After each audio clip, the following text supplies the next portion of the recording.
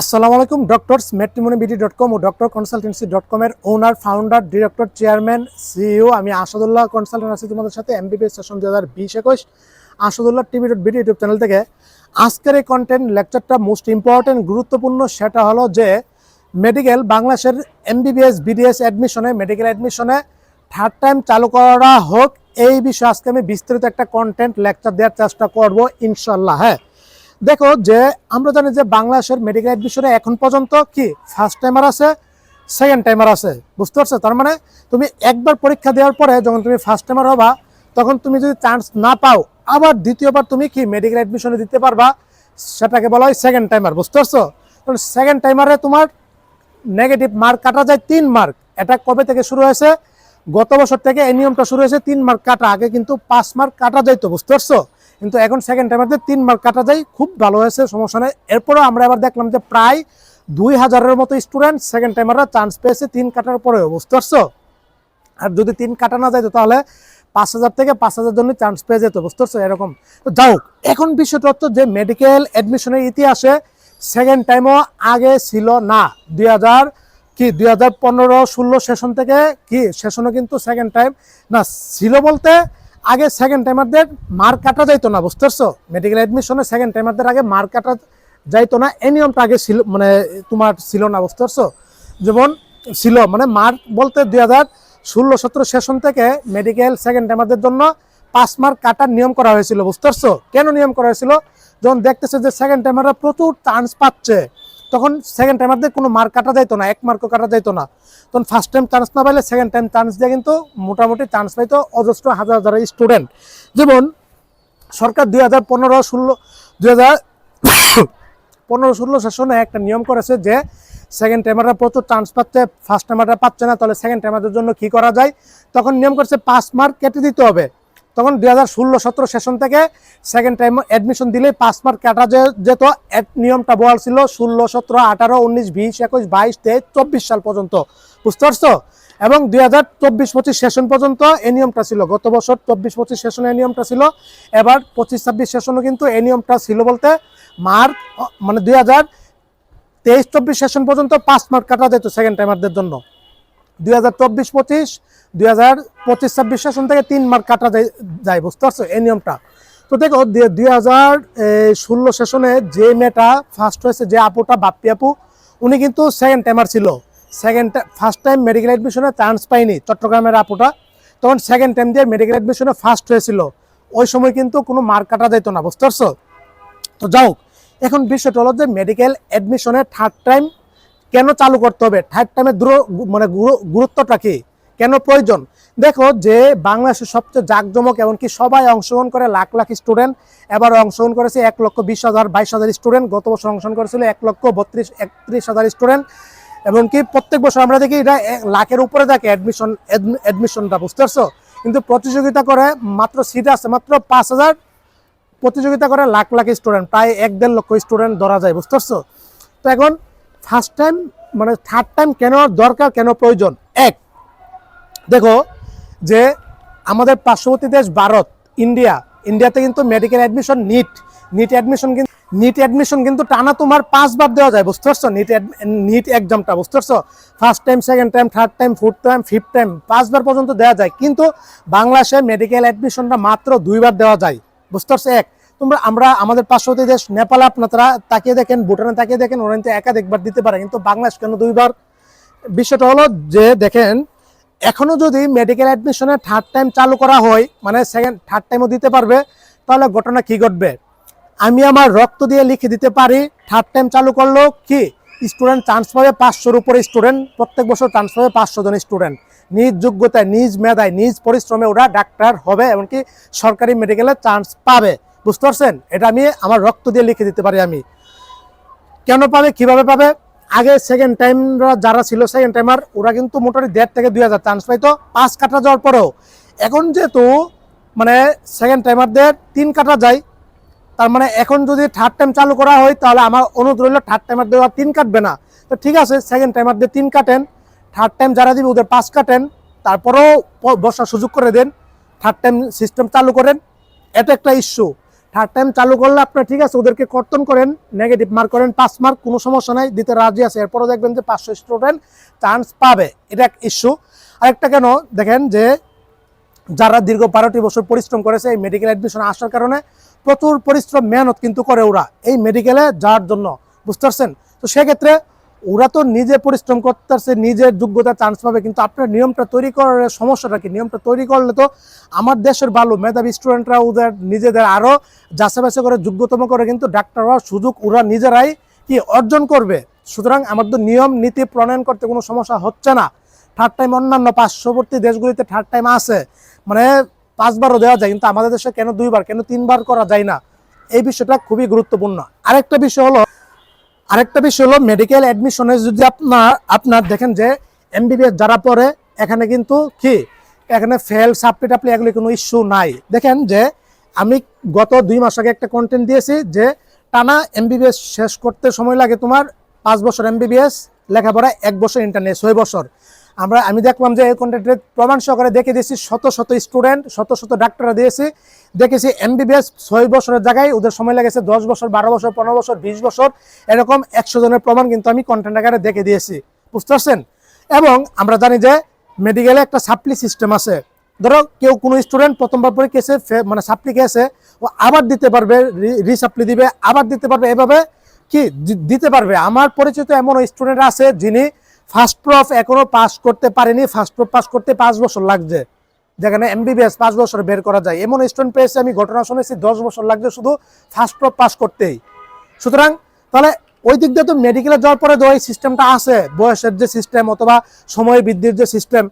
কয়েকদিন আগে FCPS result দিয়েছে, সেখানে আমি দেখে দিয়েছি যে এক আপু এমবিবিএস ডাক্তার হওয়ার পরে উনি কি গাইনোকোলজিতে ট্রান্সফার জন্য এফসিপিএস পার্ট 1 পরীক্ষা দিয়েছে, 5 বছরে 10 বার ফেল করেছে, 9 বার ফেল করেছে, 10 বারের মাথায় গিয়ে পাস করছে, চান্স পেয়েছে, এফসিপিএস পার্ট 1 পাস করছে, মানে কি বিশেষজ্ঞ ডাক্তার গাইনির একটা হওয়ার জন্য সুযোগ পেয়েছে। এমবিবিএস ডাক্তার হওয়ার পরেও দীর্ঘ 5টা বছর দিন রাত পরিশ্রম করে পরীক্ষা দেওয়ার পরে 9 বার ফেল করছে, 9 বার, 5 বছরে 9 বার, বছরে 2 বার করে দেওয়া যায় এফসিপিএস। তো 10ম বারে গিয়ে এই জানুয়ারি 2026-এ 10ম বারে গিয়ে এই আপুটা কি সফল হয়েছে, এফসিপিএস এ চান্স পেয়েছে গাইনিতে, কিন্তু 5টা বছর ধরে পরিশ্রম করছে।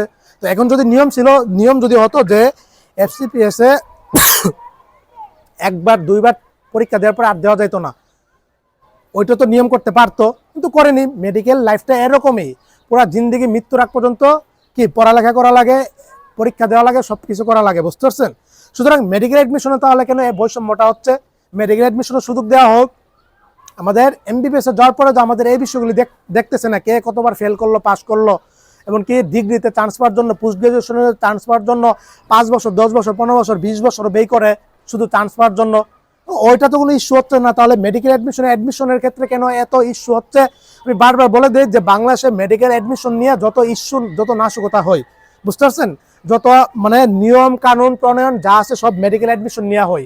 অন্যান্য varsity admission, BUET admission, engineering admission এগুলি নিয়ে কিন্তু এত কোনো কিছু হয় না, কিন্তু মেডিকেল অ্যাডমিশন নিয়ে যত নিয়ম তৈরি করা হয়। আগামীতে মেডিকেল অ্যাডমিশন নিয়ম করবে, রিটেন নিবে, এমসিকিউ নিবে, ভাইভা নিবে, তারপরে মেডিকেল অ্যাডমিশনের চান্স দিবে। কত কঠিন করতেছে সিস্টেম, ওইটা করেন, সমস্যা নাই। আপনাদের যোগ্যতম ডাক্তার তৈরি করা প্রয়োজন, মেডিকেল অ্যাডমিশনের সময় যা কিছু করার করে, কিন্তু এই আসল জিনিসগুলো ওনারা কোনো কাজের কাজ করে না, স্বাস্থ্য অধিদপ্তর, স্বাস্থ্য মন্ত্রণালয়, বিএমডিসি।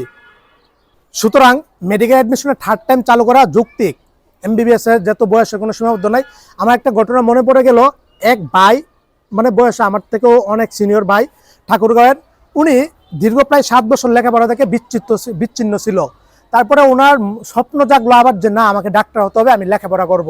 তখন এ ভাইটা মানে 7ম শ্রেণীতে উঠার পরে কি 8ম শ্রেণীতে যাবে, এই মুহূর্তেই লেখাপড়া থেকে বিচ্ছিন্ন ছিল দীর্ঘ 7 বছর। পরে আবার 7 বছর পরে মনে চাইছে যে আমি ডাক্তার হবো, তখন উনি 8ম শ্রেণীতে আবার ভর্তি হয়েছে, যে দিয়েছে, এসএসসি মাত্র দিল এই গত 1 বছর 2 বছর আগে, গোল্ডেন পেয়েছে, এখন ইন্টারে গিয়েছে, ইন্টারে এবার 2nd ইয়ারে উঠবে। ইন্টার দেওয়ার পরে, এসএসসি দেওয়ার পরে এখন মেডিকেল অ্যাডমিশনে বসবে, অথচ বয়স এখন হয়ে গেছে 30, বুঝতে পারছেন? এই যে নিজেকে ডাক্তার হিসেবে প্রমাণ করার জন্য, দেখার জন্য উনি ওনার চেষ্টা করছে, সময় ব্যয় করছে, পরিশ্রম করছে। তো সুতরাং এমন স্টুডেন্ট আছে যারা এবার ফেল করেছে, এবার পাস পরীক্ষা দিয়েছে 1,22,000, ফেল পাস করেছে 80,000, তার মানে বাকি 40,000 ফেল করেছে। এই বাকি 40,000 থেকে আমি ধরলাম 5 থেকে 10,000 স্টুডেন্ট সেকেন্ড টাইমার ছিল, যারা পরবর্তী সামনে বছর মেডিকেল অ্যাডমিশন দিতেই পারবে না।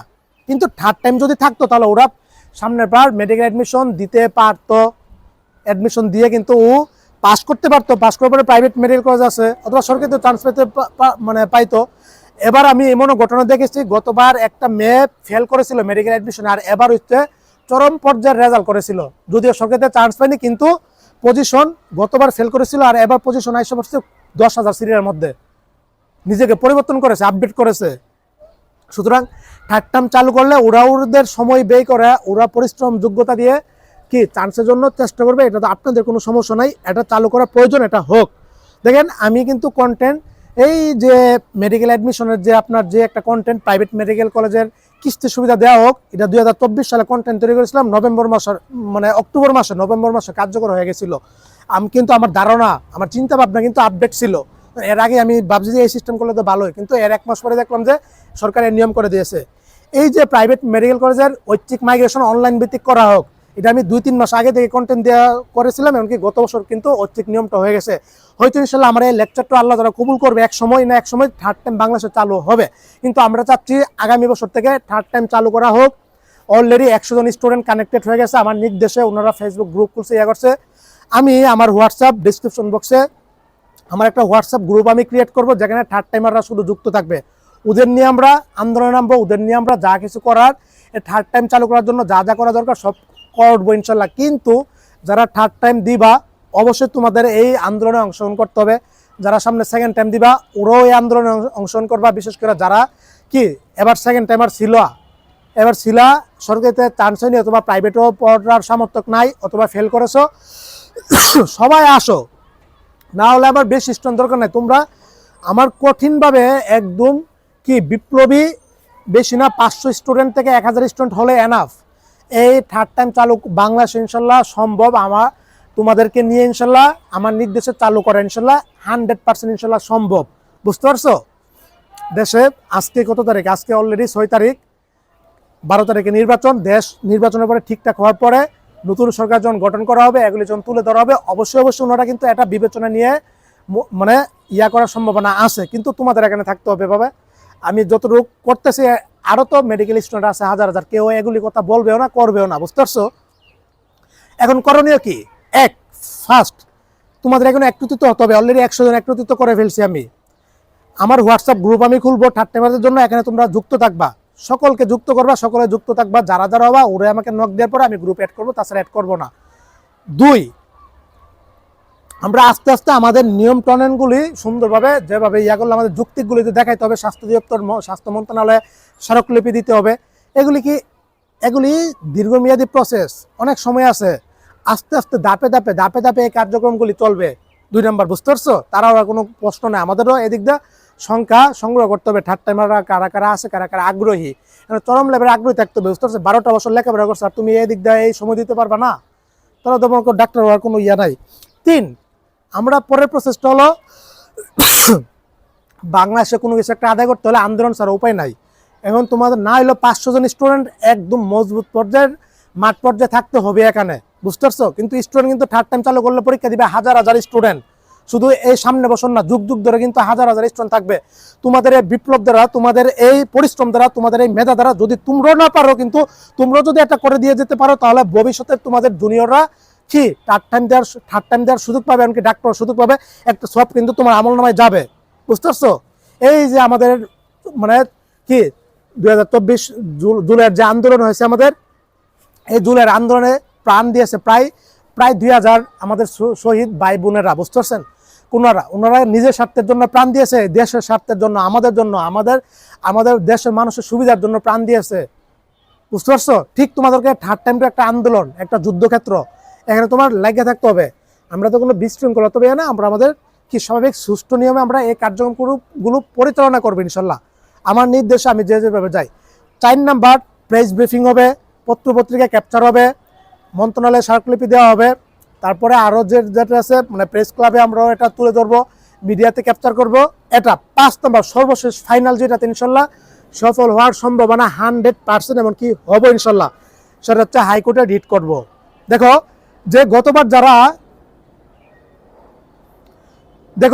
যারা কি সেকেন্ড টাইমার ছিল, মেয়াদ ৭০ কোটি আবেদন করেছিল প্রাইভেট মেডিকেল কলেজে, কিন্তু চান্স পায়নি।